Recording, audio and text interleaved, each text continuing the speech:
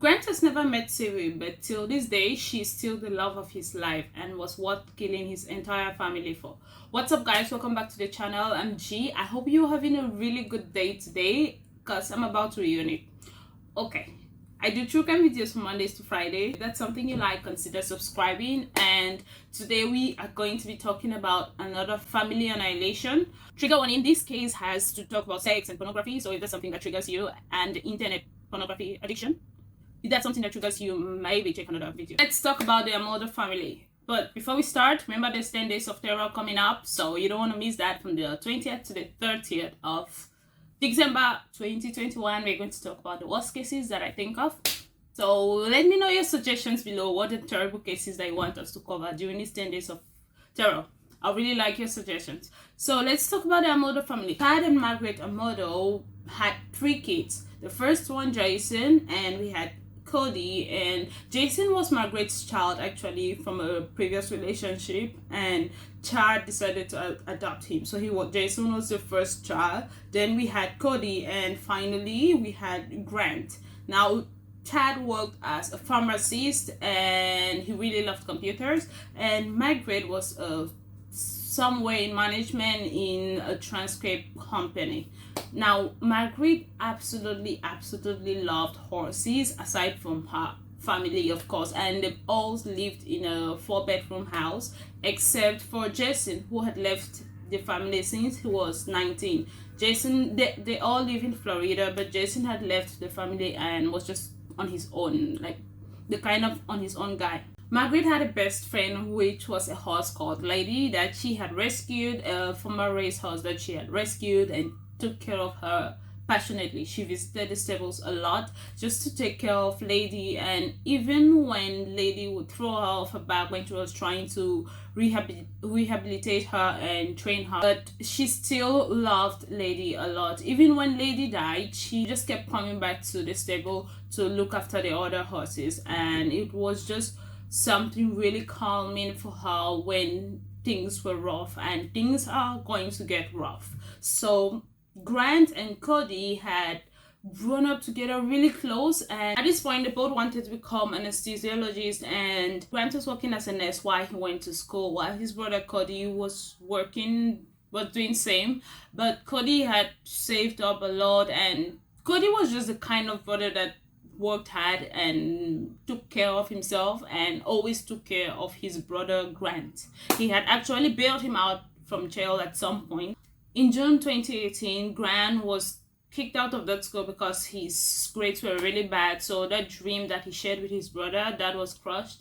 And now few days later he was kicked out from his job as well because they had discovered that he was stealing some drugs, some really strong anesthesias, and it seemed he was giving those to his patients, so they're just going to be out of it and leave him alone so he'll have time to be on his computer. That's what it seemed. So they just kicked him out of that, and which is like crazy that they didn't call the police. But also, if those patients probably found out about those being administered to them, they are going to sue the hospital for more money. So maybe it made sense that they kicked him out and just did nothing about it. But his family might have helped him, no one knows. But yeah, no one called the police on that. They just kicked him out when they found out he was doing that. Now he had no school to look forward to, and he had no job, and he focused on his internet career. With no work and no school, Grant decided to build what he described to his family as his career, because he spent a lot of time in his room and was always on his computer. And each time the family tried to inquire him, okay, when are you going to go find a job or like do something that adults do because you're like 28 years old, mister? And he would be like, no, it's cool. He's trying to be famous, be a rich gamer on Twitch, which, yeah, it's a dream you can have, but it's okay when you do it and like have a job, because yeah, that dream might not come true. And yeah, it didn't come true for Grant. So Grant kept telling his family that, but then increasingly his family began to note that their money started losing its correct position. Grant had found a new love online, which was the love of a website that he met this scam girl called Sylvia, and he believes he had fallen in love with her, and that Sylvia actually loved him too. I mean, they actually had a group of other guys or girls, I don't know, a group of people who all really liked Sylvia. So Sylvia was the topic of this entire group that all liked her, that all paid money to spend time with her. And Grant believed that he and Sylvia had like a special connection. Yeah. On this website, to get like 1 minute of Sylvia's time is going to be 90 tokens, and Grant actually started buying like $600 worth of tokens, which is like 1 hour and some minutes, to spend that time with Sylvia. And the reason why he could afford this was because, according to Sylvia and everyone on the website, he was already, you know, that Twitch channel we talked of, yeah, it was already successful, and he had his own mansion, he drove a BMW, like he was this internet rich guy, and so he could afford that very easily. Yeah. Soon enough, Grant started spending more and more time with Sylvie online, and he began to send her like personal gifts. You could pay extra to get like an actual selfie of her. You could pay like I mean, I'm in the wrong job, yeah. He could pay extra to get those particular things from her, and Grant started doing those, and Sylvie had no idea that Grant did not have all this money. In reality, he was almost 29, living in his parents' house, and had no job and no career that he was building. Yeah. Soon enough, Grant started spending the entire night with Siri, watching her online, and just paying to do that. So per night he could spend up to $20,000. I wouldn't even live in a hotel that is that expensive per night, but yeah, he was ready to spend that on Siri, and he was taking that money from his parents, and just soon enough there were more than $150,000 in debt, and the parents were just like, what's happening? But while he started taking the money gradually, Grant always told them, oh no, he's using the money to try to build his following online, just grow his following, and he'll become a professional gamer, and that money is going to be nothing because he'll be able to pay them back, so they should relax. And that is what they did. Soon after, Chad had to take on a second mortgage to be able to cover part of to be able to start paying what Grant had, to be able to start paying the debt Grant had put he and his wife in. I mean, they're about to retire, and he had absolutely ruined retirement for them. So obviously he was pissed, but he still took no action. I mean, please let me know in the comments if your family is going to let you borrow up to like $10,000 from them, okay, maybe $20,000 from them, and just keep being in the win. I don't know if that's, yeah, but they were that nice to him. At some point, Chad even found out that Grant was about to take a line of credit using his name Chad, and he did not report him. He still just tried to protect him and get him out of, so keep him away from prison. Like, you will rot there and grow gray hair, I'll come visit you. So things were just rough, and Cody felt like his brother was down and he needed to help him cheer up. So Grant and Cody, remember, they were really, really close. They were both into anime and some stuff like that. So Cody came up with this brilliant idea that some time off would be really nice, and he paid every dime, sponsored a free trip for his brother and their friend to go to Japan and just go and relax and have 10 days of alone time and just have a good time for 10 days. So maybe Grant's head will be cleared up when he comes back, and he'll be ready to re-enter the world and be a man. Yeah, but that did not turn out. So they went on this trip and they had a good time, but on the 9th day before they were to return, Grant actually said he wasn't feeling good and he did not feel like going out that day, so they should just, he and Cody and the friend should just go out and have fun. But when they had gone, Cody's friend realized his card had actually been charged $600 because, yep, you know it, Grant had stolen his credit card and had used it to buy more time to spend with Sylvie. When they returned, Grant and his dad obviously kept fighting, and of course Cody had asked the friend, please, it's okay, I'll pay you back, don't report him or something, please just calm down and do it. And what friends do for each other, they'll be like, okay, fine. But yeah, so Grant had actually come back and started arguing with his dad. Obviously they were just arguing all the time because his dad was like, when will you stand up and do things for yourself? But Grant still just loved being inside and spending people's money while watching TV online. And one of the times they had a really bad argument, and Grant left the house and just told his mom that he was going to handle things himself. And that's when he left and went to his aunt's house, which is Chad's sister's house, because her last name is an Amato. So he went to his aunt's house. Now Margaret, Grant's mom, was worried, and they had no idea that he was there at the aunt's house at the time. So she called the police and was just like, she's worried about him because lately he has been feeling worthless. I mean, it's the right feeling. It actually suits him given the state where he had put himself in. So she just called the police and said that before they finally found out, Grant had moved to his aunt's house. Obviously, while Grant was at Auntie Deare's house, he started to get back into the same pattern. He would sleep all day and all night he's awake. But soon after that, his aunt started noticing some strange charges on her card, and she felt like she had been hacked. And then she discovered Grant had actually stolen her credit card and was using that to buy time with Sylvie, obviously.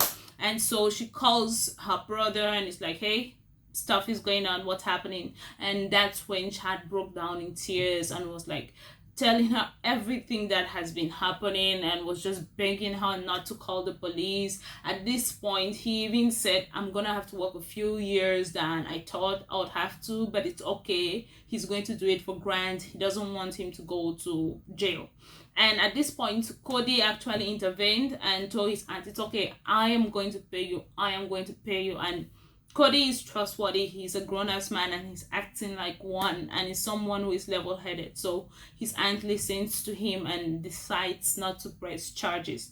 After this happens, Chad, Cody, and Margaret decide to drive over to his aunt's house, and they're like, hey, you have to go get help now, else we are going to have to report you to the police. And with that, Grant was like, fine, he was going to go get help, and they all drove him to a rehabilitation center where he enrolled in a program for rehabilitation from this. He voluntarily enrolled to a 60-day program, and Cody committed himself to paying $15,000 for that program. And on January 4th, just 2 weeks after the program, Grant dropped out. He was like, yeah, I'm done. I feel like I'm good. I feel like a new man. I'm good. I'm ready to get back into the world. And they let him come home. How could you? Okay, I'm not gonna blame the dead, but yeah. I mean, his brother had already committed to paying that. So even if he does not decide to do it, you have to still pay. I would let you live under a bridge, I don't really care, until you're able to go back. And like, you still have a couple of weeks there, so that's where you're going to be living. I'm already paying for that. You are not staying in my house for this time. Sorry, sir, you have to leave. I'm calling the police on you. But his parents let him come back. They were absolutely darlings, and I feel like he was actually babied a lot, just too much, because at this point he has taken zero responsibilities for every of his actions. They just let him get away with it and just try to talk to him. So when he came back this time, his dad actually wrote pages worth of rules that he had to follow. He was not going to have a phone. He was not going to be on the internet. He was just going to have nothing, and nothing. And during this time, while he was at the rehabilitation center, they had taken the liberty to get on this website and tell his friends, hey, He has no house, he has no car, and he's definitely not successful. You know, all this money that he has been spending here, yeah, he stole from us and everyone who is called family to him. Like, I low-key like how Jason was just like, I'm out of this mess. The brother who was just like not into all of this, and that literally saved his life. But yeah, he's going to lose everyone that he loves. So sorry for the spoilers, but yeah, Grant comes back home, and these are the rules that the parents that Chad had laid down for him. At this point, Grant is at home, but he has no access to the internet, and he knows that his connection to Sylvia has been broken. But at times, he would still sneak in and I know he begged his mom to use her phone and try to like contact Sylvia because his phone had no data connected to it. Yeah, that was one of the rules, no internet for him to be able to live in that house. If he broke any of those rules, he would have to leave the house or enroll in the military or something. But those were the rules Chad gave him. But he had used his mom's phone to try and contact CV. But after knowing that, hey, he was broke as F, CV was like, yeah, I don't want to know you. I don't want to know anything about you. Like, CV was done with him. And he was trying to beg her, trying to get her back. And Grant had written to his group of people, written letters, like trying to talk to them and just trying to get Sylvie back. A relationship that was, yeah, he was trying to get that relationship fixed. Cody received a call at work one of the days and just told his friend, yeah, he had to go home to take care of some family stuff, and he just seemed worried and he went home. But the next day he never showed up at work, and that was when his friends were like, hey, he has worked there for 5 years and he has never not come to work, or like they had to call the police to go and do a welfare check and just check if he's okay. And when the police went there, they tried to get someone to come in from the house and talk, but they had no response. So they finally got into the house. They had to try and get the house open, and when they finally got in, the first person that they saw was Grant Amato, still in his scrubs, and he had been shot close to his eye, and there was a handgun lying just next to his body. And the next body that they came across was Chad Amato, his dad, who had been shot twice in the head, and he was just lying face up. Like, the pictures are horrible. You don't want to check them. They're on the internet. Please don't check for your own sanity. And there was actually, the house looked like, it just looked like a normal regular evening. There was actually chicken that was like had been taken out of the fridge, like when you're preparing to have dinner. Yeah, that was the scene that was going on, because Chad was found in the kitchen, and his mother, Margaret Amato, was sitting like in front of her computer, and her head just bowed like this. She had been shot to the back of her head while she was in her office. Like, the coward didn't even have the balls to face her and just did it anyway. Why? So the next person that lived in that home that the police were unable to find was dear old brother Grant. And yeah, so they started looking for him, trying to find out, okay, is he okay? Or they're just trying to find out what happened. So the next day, January 25th, the police are able to find Grant at a nearby hotel when they tracked his car because his phone had been off.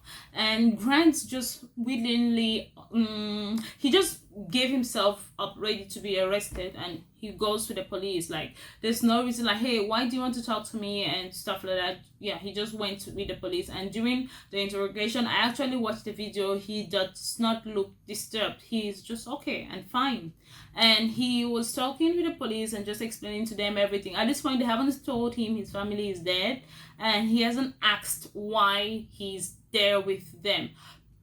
I have no idea. Maybe because he thought, okay, he already spent a lot of his family's money.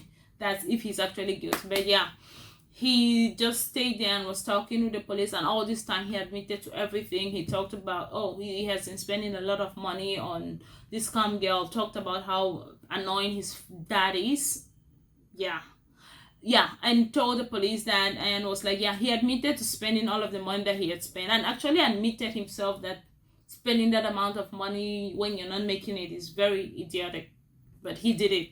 So he admitted all of that to the police. But when the police started asking him about the murder and everything, He absolutely denied it, and he had actually written a suicide note, or put it somewhere here you can read, and he made the murder seem like his brother Cody, because that day he had had an argument with his dad, and that was why he called that's why Cody was called to the house, and Grant was going to leave that day. So that's what he's going to do, to explain to the police. At this point, the police have been listening to him talk and talk and talk, and he has not said anything about the murder. So 3 hours of interrogation in, and the detective started showing him the pictures. Yeah, when you left your house, was your brother looking like this?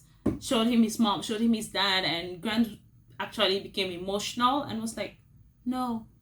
He insisted he hasn't left the house with them looking like that. And he said after they had the argument with his dad, he had, because his dad Chad found out that he had used the phone and was trying to get in contact with Siri, just breaking all the rules that they had talked about. So he was mad at him, and they had that argument that day, and Grant made it look like Cody had taken care of it, because he told Cody he's leaving the house, and Cody sent him a text that he's going to take care of it, and Cody had killed both parents and killed himself. He made it look like a suicide, which is like very stupid, because I'm having a freaking good life. You're being a pain in everyone's lives, but I'm going to kill my parents and kill myself. What about killing you to just make the problem go away? It was really stupid. It was a really stupid plan, but that was what he stuck on. And they even brought Jason, the brother who had lost his entire family because of his POS brother, and Jason begged him. He literally begged him that just tell us the truth. Don't make all of this. Are you going to just keep denying it? If you did it, just do it so we can have that closure and stuff. He really tried to talk to him, but Grant still stood his ground and said he had not. A little detail that I had not mentioned previously was that when the parents, after they had been killed, their fingerprint had been cleaned, wiped clean, and used to access their phone so that money can be transferred from Chad's account into Grant's account, and money can be transferred from Cody's account into Grant's account. Just, I don't know, while Cody was killing his family, he decided to transfer money to his only brother. Ugh. Yeah, that was his explanation, and he had actually told the police he had to go for an interview the next day, and his father had actually given him money to go for it. Like, it's just stupid explanation, and obviously no one believed him. And Cody's girlfriend had actually said Cody had been so worried that he had stolen a lot of money from Cody. He had actually stolen his guns so that he can sell them just to have money. And Cody had just been like, Grant is going to actually kill us one day. He was actually having those fears like, hey, his brother is going to kill them one day.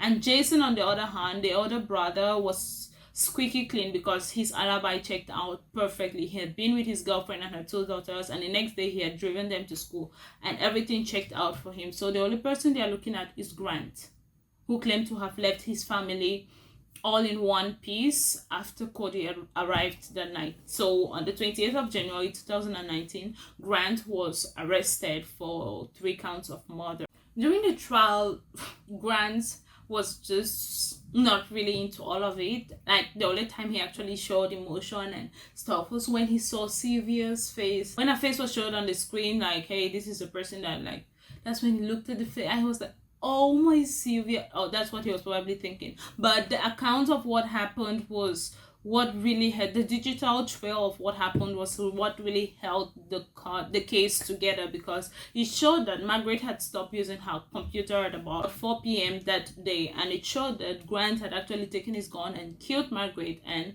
waited for the rest of the family to come home to daddy. So when his dad came back, Chad, he had just gotten in, and not long after he entered the house, it shows that Grant shot him, and the first bullet was not okay because there is a lot of blood on the scene. The first bullet was not okay, so he shot him the second time, and he waited again, and that's when he unlocked Chad's phone, did the transfer we talked about, and just left the phone unlocked because Chad's phone is always locked. Left the phone unlocked, and when Cody came home at 9 p.m. He waited for Cody. When Cody came home at 9 p.m., he was barely at the door. So he had barely entered the house when Grant decided to shoot his brother. And all the while waiting to kill each and every member of his family, he had just been making plans to go open his account, because that same night he had paid $500 and something to reopen his account with the cam girl, so he can get back in touch with Sylvie. And he had spent all of that time staging the crime scene, because he had actually put a gun on Chad's right hip, whereas the gun he actually put on Chad's right hip, given that Chad is right-handed, the gun was supposed to be on his left hip, because he would need to draw out the gun. So imagine if it's on the right hip, he would have to draw it out, and it's like to himself first. So he puts a gun next to Cody. He wanted it to look like Chad and Cody fought each other or something. And the neighbors said they have never seen Chad wearing on his gun bag on him at home. Like, it just does not happen. It's not something you move around the house with. Yeah, and he was not like that. So the crazy part is the gun that was actually placed next to Cody's body, there was blood splatter below the gun. You know, when you kill someone, you hold the gun and kill someone and then shoot yourself, there is no blood splatter below where you're holding, but yeah, there was blood on it. So he did a really bad job at creating a murder suicide. Also, in his very dumb attempt, he had moved the bodies a lot, and the pool of blood that did not correspond to where the bullets were coming from. So yeah, it was a total mess. Also, Chad had been shot from the back of the head, but his body was lying face up. You don't shoot someone from the back and then they turn and be like, hey, let me die with my face up. Nah, that does not happen. Also, the guns that this is really stupid. Also, this is like really like master stupid. The guns that were at the crime scene where he made like they had fought each other, yeah, they were not the guns used in the murder. And the bullets that were there are probably just bullets that he had kept. And the sad part is, it feels like he had been planning this for a long time, because his friend actually came and testified that one of his guns had been missing for a long time, and he had no idea about it because he had not been using it often. But when he finally realized the gun was missing, he went and reported that to the police. And 2 weeks before the gun went missing, yeah, Grant, he had invited his friend Grant and Cody, his friends Grant and Cody over, and at some point during their visit, Grant had gone to use the bathroom, so he just feels like that might have been the gun that he used. And the bullets that had killed Grant's family corresponded with bullets that leave from that gun that was stolen.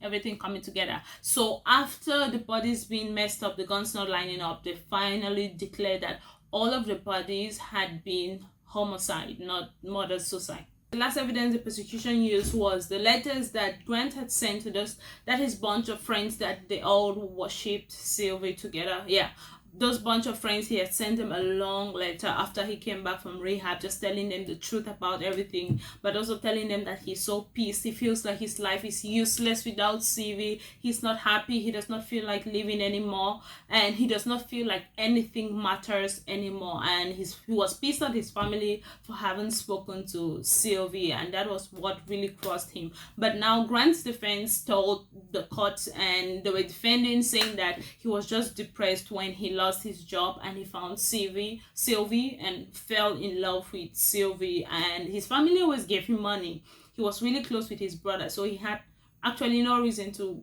want to kill his family, and he had no motive at all. That was what the defense said. But the prosecution said his family had actually asked him to start paying back the money, and they were not ready to give him any money anymore, and he needed to start paying back the money that he owed each and every family member. And they just tried to downplay all of the witnesses, but Jason was fine. Like, I feel so bad watching Jason have to do this, because he is the one who has lost the most.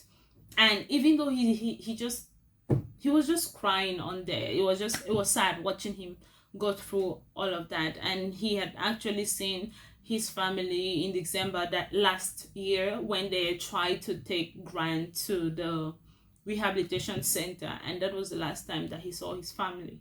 On July 30th, 2019, just after 8 hours of deliberation, the jury found that Grant Amato was guilty of 3 counts of premeditated first-degree murder, and even though they did not give him the death penalty, they gave him 3 life sentences for each of the murders. So he's going to spend the rest of his 3 lives in prison. Yeah, but Grant is spending the rest of his life in prison, which is like awesome.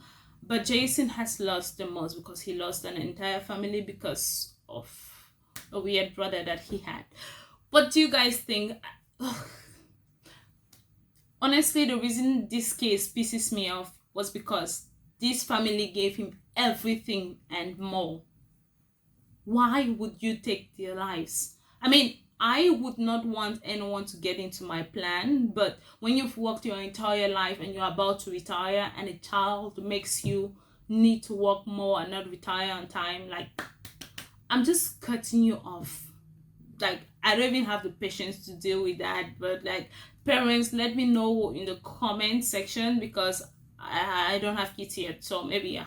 But that's just so weird. I feel so bad for them. They had done everything for him, and this was how he paid them. It was still not enough for him. So let me know what you guys think in the comments. Till this day, Grant still maintains his innocence of at least the killing. And Sylvia, I want to blame Sylvia, but she had no idea what was going on, because after knowing that he had done this, like, she stopped contacting him. But she was also one of the reasons. Like, who is to blame here?